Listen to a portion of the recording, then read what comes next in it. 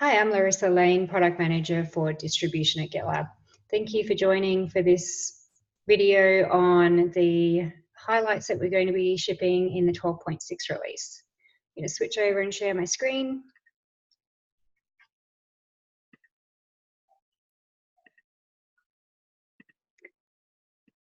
Okay, so this is the Epic's roadmap view of some of the high-level things that we're going to be working on over the next couple of months. I'm going to start on this top one here, which is the UBI images that we've been working on. Over the last couple of months, we've been working on building Red Hat-based, UBI-based images. Most recently, in the 12.5 milestone, we were working on being able to build those images offline.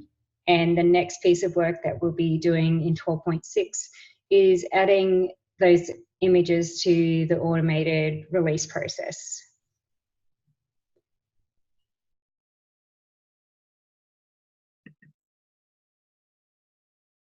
Next up is geo support for Helm. I'm really excited to announce this one. This is one of the limitations that we've had in the Helm chart for a while. We have been working in the 12.5 milestone to add support for geo into the Helm charts.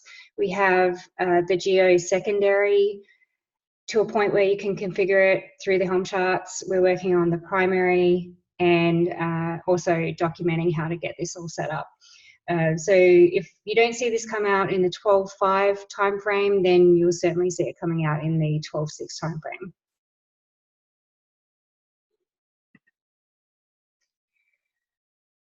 Still on the theme of Helm charts, today when you're enabling Giddily in the Helm charts, there are a couple of different settings that you need to configure.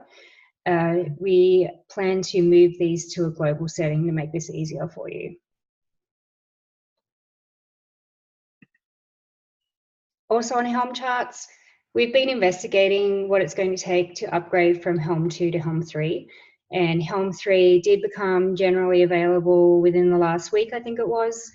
So now that it's generally available, we can wrap up some of that research and create some issues for the work that needs to be done on our side to actually support Helm 3. And finally, for the Helm charts, so Puma is something that we've been working on for a while in GitLab.com and in Omnibus. We have found that it provides better performance as a web server than Unicorn. And in Omnibus and .com, both the Puma and the Unicorn options exist, but they do not, Puma is not available in the Helm charts. So to close this gap in the difference between Omnibus and Helm charts, we'll be working on adding optional support for Puma in 12.6.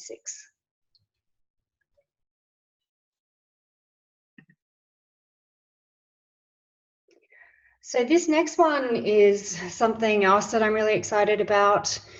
Today, when you configure high availability and geo for self-managed instances of GitLab at large scale, it's a lot of manual work. Or you can create your own automation tool to speed this up. So what we want to do, and this is kind of a long-term thing that we plan to work on, is an infrastructure as code initiative where we are creating scripts to automate a lot of that configuration and then making that automation available in the product for you to use. I'd really like to get feedback on this one. So if this is something that's relevant to you, please jump into this epic and provide some feedback. The first step that we're going to take in 12.6 is to configure geo. So to deploy and configure geo nodes on Google Cloud Platform. And mostly the audience for this is going to be our internal geo team so that they can automate the environment that they need to test new features and test upgrades where geo is involved. And then we want to roll this out so that it's publicly available. We would like to be in a position where we are supporting the second and third most recent versions of PostgreSQL. Currently, we are lagging behind a little bit. So today we have PostgreSQL 9.6 and 10. So we've been thinking about how to get there, how to catch up, and we have this Epic Open that has a proposal for the plan to move to a point where we have Postgres 11 and Postgres 12. There are a lot of great features in PostgreSQL 11 that we want to benefit from, such as partitioning. So the plan is documented here.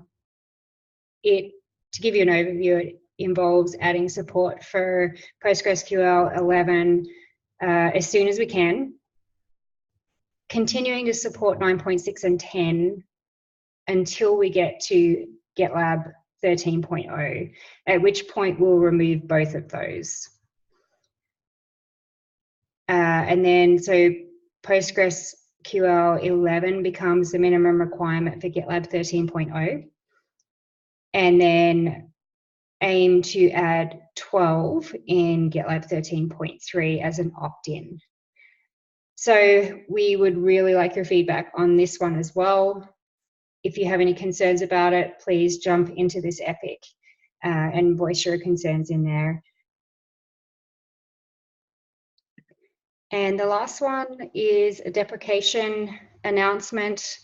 This has been announced in our last couple of release posts, but just want to remind you that we will be dropping support for openSUSE openSUSE 15.0 in probably within the 12.6 release. And openSUSE 15.1 is available.